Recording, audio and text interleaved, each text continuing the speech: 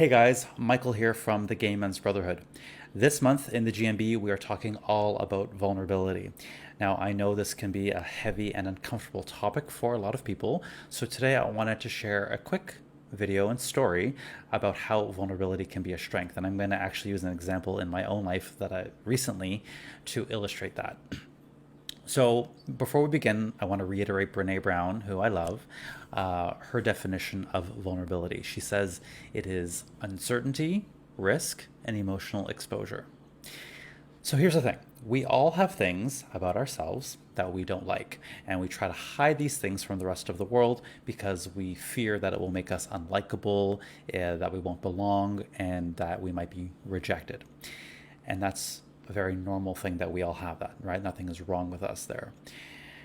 What we do, though, is we use coping mechanisms to protect ourselves from being seen, from being revealed, from our weaknesses. So in my case, I would often, at least when it comes to relationships, I would not want to let people get too close for fear that they will see my weaknesses, for they will see the things that I don't like about myself, my flaws. And so as soon as I started getting the feels for somebody, I would, push them away. I'd find a way to either self-sabotage or just push them away out of fear. Even though really what I wanted was that connection, I didn't know how to let them in a way that felt safe for me. Some other coping mechanisms that people use often might be projecting the things we dislike about ourselves onto other people. Another one is desperately trying to cover up and hide our weaknesses. Those are just a few, but there's many, many other ones as well. But here's the thing. These coping mechanisms do much more harm than good. It can turn into self-loathing over time. It can allow feelings of resentment, bitterness, anger, and loneliness to rise up because we don't want to let people in to see that we do have aspects of ourselves that we don't necessarily love or that we don't want to put forth. Now, if you've ever seen a superhero movie, you know that there's the character of the villain who it is revealed over time has some kind of backstory, or he or she has some core childhood wound that was never tended to, that was never acknowledged, and therefore never healed, and that caused them to be the villain they are today. That is what happens when we don't acknowledge our flaws and we allow that shame to fester within. So for me, my fear of abandonment was so strong that I didn't let good people in. In a romantic relationship sense, I would meet someone that I liked and things were going well, and yeah, I just didn't want to let them in for fear of being rejected. Now, while we may think that vulnerability is a weakness, it is actually one of our greatest strengths. Now, research has showed that the ability to embrace vulnerability and the willingness to be vulnerable is actually what is at the foundation of connection, friendship, and intimacy. Brene Brown says that it is the most accurate measure of courage. So in my case, here's what happened when I disclosed my own fears of abandonment with my partner. Which was not easy, let me tell you, and it went against everything that my analytical mind thought was right.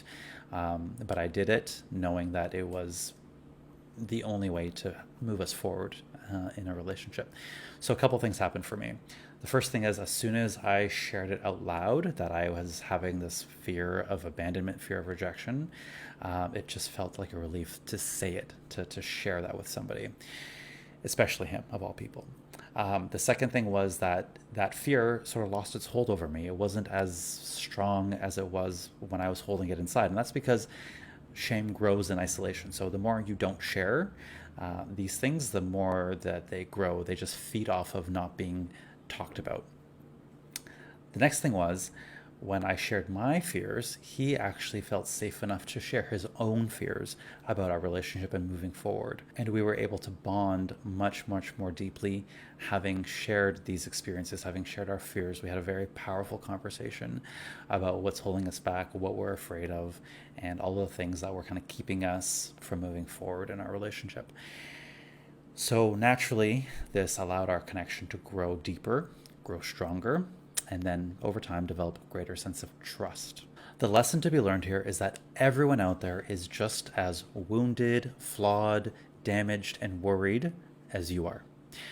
But when you are strong enough to acknowledge these weaknesses by practicing vulnerability, that is when true connection can arise. So I'm really looking forward to digging into this topic even more with you guys this month. I know that Matt Callan and I have some great podcast episodes coming up. And if you guys want to take this work to the next level and really sink your teeth into it with Matt Callan and I, you have to get on the waitlist for the Gay Men Going Deeper membership. It's going to be opening on Thursday. It'll be open for 48 hours only, and then we're closing our doors. So get on the waitlist there. You'll be the first at the line to get in, and we will dig in a lot deeper in the membership community. To do that, I'll actually put a link to the video. If you're watching this on Instagram, please go to the link in the bio and you can find us there. Thank you guys so much. Have a great rest of the week. Be well.